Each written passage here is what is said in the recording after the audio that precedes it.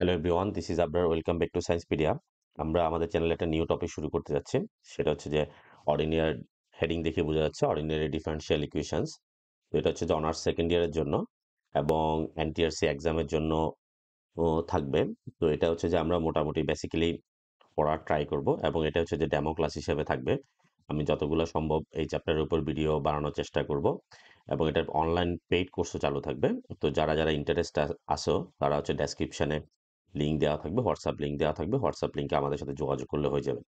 তো আমরা আমাদের সাবজেক্টটা শুরু করি। Ordinary differential equation. What what is equation?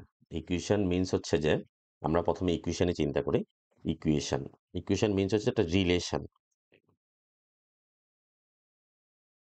Equations equations মানে হচ্ছে যে সম্পর্ক, একটা সম্পর্ক দুইটা চলকের মধ্যে সম্পর্ক। যেমন মনে করো আমি লিখলাম Y minus 2x equals to 5। এটা একটা সম্পর্ক। তো এই সম্পর্কের মধ্যে যদি আমি ওয়াই এর হিসেবে প্রকাশ করি, Y equal two 2x plus 5। ঠিক আছে, 2x প্লাস 5।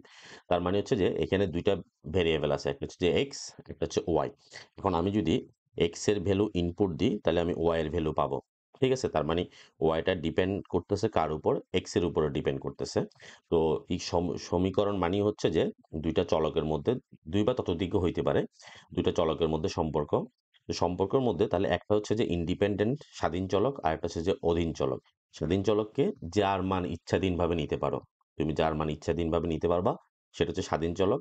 আর যার মানের উপরে বেস করে অন্যজন মান হবে। যেমন যদি আমি এক্স এর মান এখানে 2 ইনপুট দিই তাহলে ওয়াই এর মান আসবে যে কত? ওয়াই এর মান আসবে যে 9।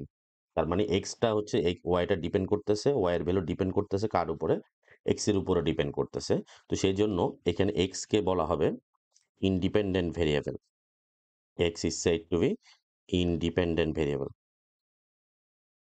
Independent variable.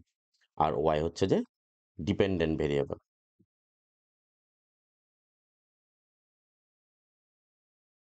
তাহলে এটা হয়ে গেল আমাদের সমীকরণ। এখন আছে যে ডিফারেনশিয়াল ইকুয়েশন। তাহলে ইকুয়েশনের মধ্যে এটা বুঝলাম। তো ডিফারেনশিয়াল কি? ডিফারেনশিয়াল মিনস হচ্ছে ডেরিভেটিভ বিলং করতে হবে। তো ডেরিভেটিভটা কি? ডিওয়াই, সাপোজ যদি আমি লিখি ডিওয়াই ডিএক্স, এটা হচ্ছে একটা ডেরিভেটিভ, অন্তরক সহগ। তার সাপেক্ষে এক্স এর সাপেক্ষে ওয়াই এর অন্তরক সহগ। তাহলে এক্সটা হচ্ছে যে এখানে ইন্ডিপেন্ডেন্ট ভেরিয়েবল, ওয়াইটা হচ্ছে যে ডিপেন্ডেন্ট ভেরিয়েবল। এখন এই ডিওয়াই ডিএক্স কি মিন করে? ডিওয়াই ডিএক্স মিন করে যে যে rate of change. Main derivative মানে হচ্ছে রেট অফ চেঞ্জ, পরিবর্তনের হার। এখন আমাদের রিয়েল লাইফে, ন্যাচারাল লাইফের মধ্যে যে অনেক ফর্মুলা আছে, অনেক সাবজেক্টের ফর্মুলা, সেটা ফিজিক্স বলো, কেমিস্ট্রি বলো, বায়োলজি বলো, তারপর হচ্ছে যে অ্যাস্ট্রোনমি বলো। তো এই সাবজেক্টগুলোর মধ্যে অনেক ন্যাচারাল রিলেশন আছে যেগুলো হচ্ছে যে সরাসরি তুমি দুইটা চলক দিয়ে ডিফাইন করতে পারবে না। সেটার জন্য রেট অফ চেঞ্জ লাগবে। যেমন যদি আমি ফিজিক্সের কথা চিন্তা করি, মানে ফিজিক্সের মধ্যে যদি আমি ভ্যালোসিটিকে ডিফাইন করতে যাই, ইনস্ট্যান্টেনিয়াস ভ্যালোসিটি, তাহলে ভ্যালোসিটি ভি ইকুয়াল টু সাধারণত কি লিখি আমরা? Dx dt. মানে সময়ের সাথে সাথে দূরত্বের পরিবর্তন, সময়ের সাথে দূরত্বের পরিবর্তন। তার মানে রিয়েল লাইফে এরকম অনেক ইকুয়েশনে সরাসরি দুইটা ভেরিয়েবল দিয়ে ডিফাইন করা যাবে না। সেখানে আমরা সমীকরণগুলো, সম্পর্কগুলো স্থাপন করতে হবে উইথ ডেরিভেটিভ। তো ডেরিভেটিভ মানে ডেরিভেটিভ থাকলে, যে ইকুয়েশনে ডেরিভেটিভ থাকবে সেটাই হচ্ছে যে ডিফারেনশিয়াল ইকুয়েশন। তো আমরা একটা ডিফারেনশিয়াল ইকুয়েশন লিখি ডিওয়াই, বা এইভাবে লিখতে পারে an equation which involves derivative. Derivative means হচ্ছে ডিপেন্ডেন্ট ভেরিয়েবলে থাকবে, ইন্ডিপেন্ডেন্ট ভেরিয়েবলে থাকবে, and derivative with respect to independent variable. তাহলে জিনিসটা এইভাবে লিখি, and the equation which involve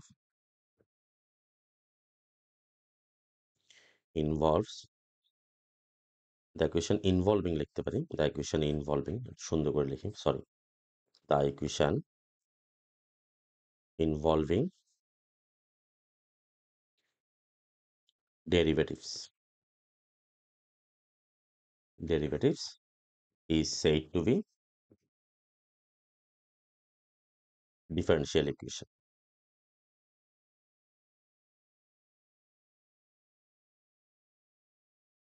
The equation involving derivative is said to be differential equation. তো আমরা এরকম একটা differential equation লিখি।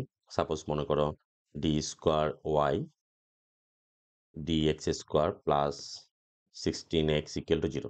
এটা একটা ডিফারেনশিয়াল ইকুয়েশন। তবে একটা হচ্ছে যে এই ডেরিভেটিভের মধ্যে একটা থাকবে যে ডিপেন্ডেন্ট ভেরিয়েবল, তাহলে এখানে ওয়াইটা হচ্ছে যে dependent variable, dependent variable and x হচ্ছে যে ইন্ডিপেন্ডেন্ট ভেরিয়েবল।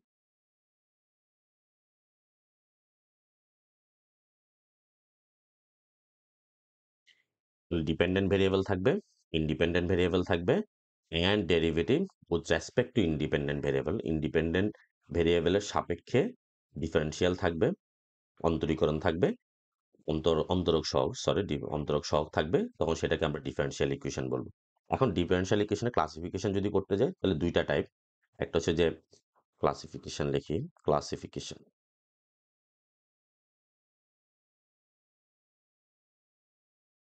একটা হচ্ছে অর্ডিনারি ডিফারেন্সিয়াল ইকুয়েশন।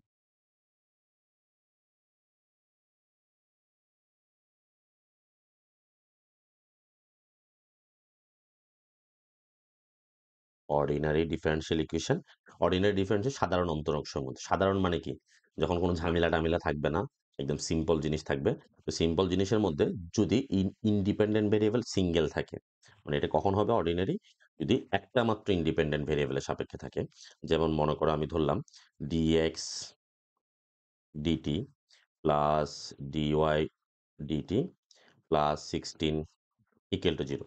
তাহলে এখানে শুধুমাত্র একটা মাত্র ডিপেন্ডেন্ট ভেরিয়েবল আছে। একটা ডিপেন্ডেন্ট ভেরিয়েবল, সরি একাধিক ডিপেন্ডেন্ট ভেরিয়েবল আছে, এক্সও আছে, ওয়াই আছে, আর ইন্ডিপেন্ডেন্ট ভেরিয়েবল হচ্ছে জাস্ট হচ্ছে টি। টিটা হচ্ছে আমার ইন্ডিপেন্ডেন্ট ভেরিয়েবল। যদি মাত্র সিঙ্গেল ইন্ডিপেন্ডেন্ট ভেরিয়েবল থাকে তখন সেটাকে আমরা বলবো যে ordinary differential equation. Dependent variable অনেকগুলো থাকতে পারে, যেমন ডিপেন্ডেন্ট ভেরিয়েবল এখানে এক্সও থাকলো, ওয়াইও থাকলো। কিন্তু ইন্ডিপেন্ডেন্ট ভেরিয়েবল স্বাধীন চলক থাকবে যে শুধুমাত্র একটা, স্বাধীন চলক একটা থাকলে তখন সেটাকে আমরা অর্ডিনারি বলবো। আর স্বাধীন চলক যদি একাধিক থাকে, number two partial derivative, partial differential equation,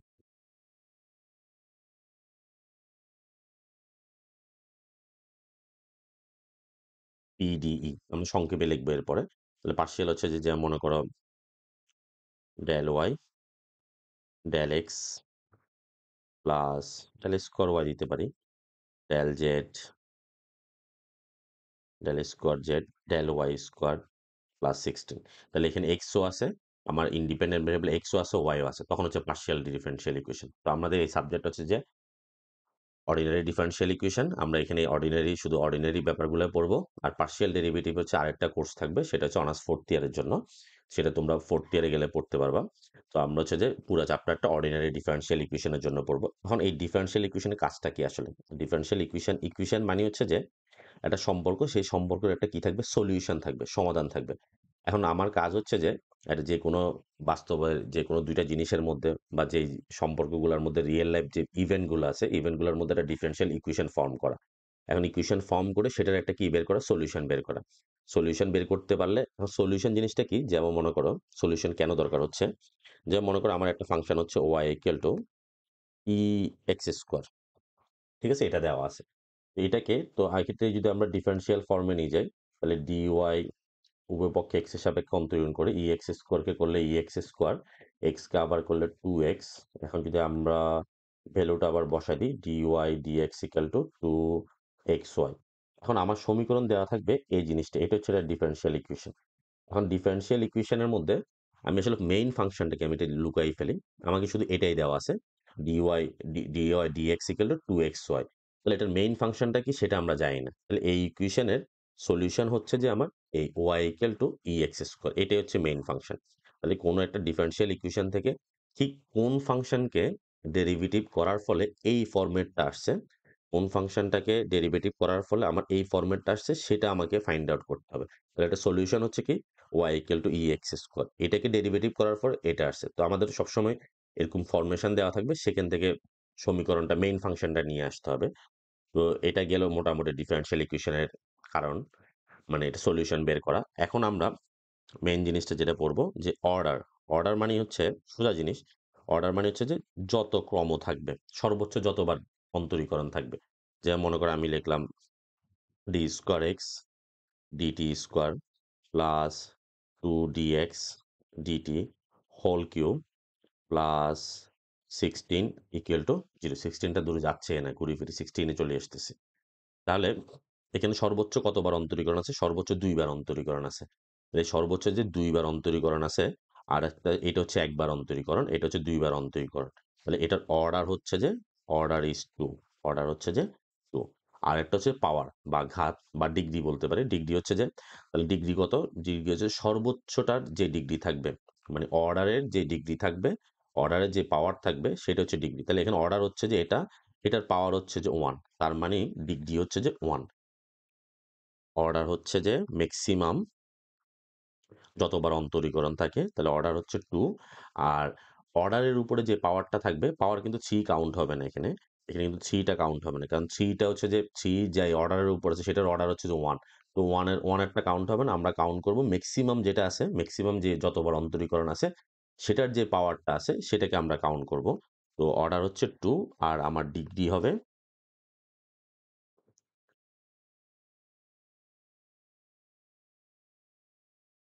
degree হচ্ছে 1।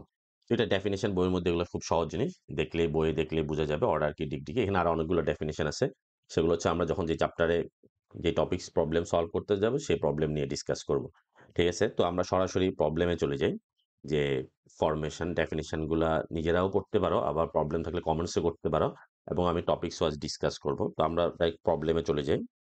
আমাদের প্রবলেম হচ্ছে formation of differential equation. Forming,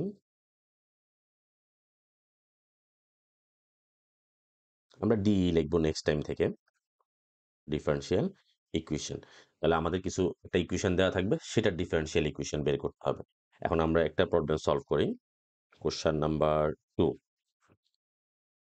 y equal to a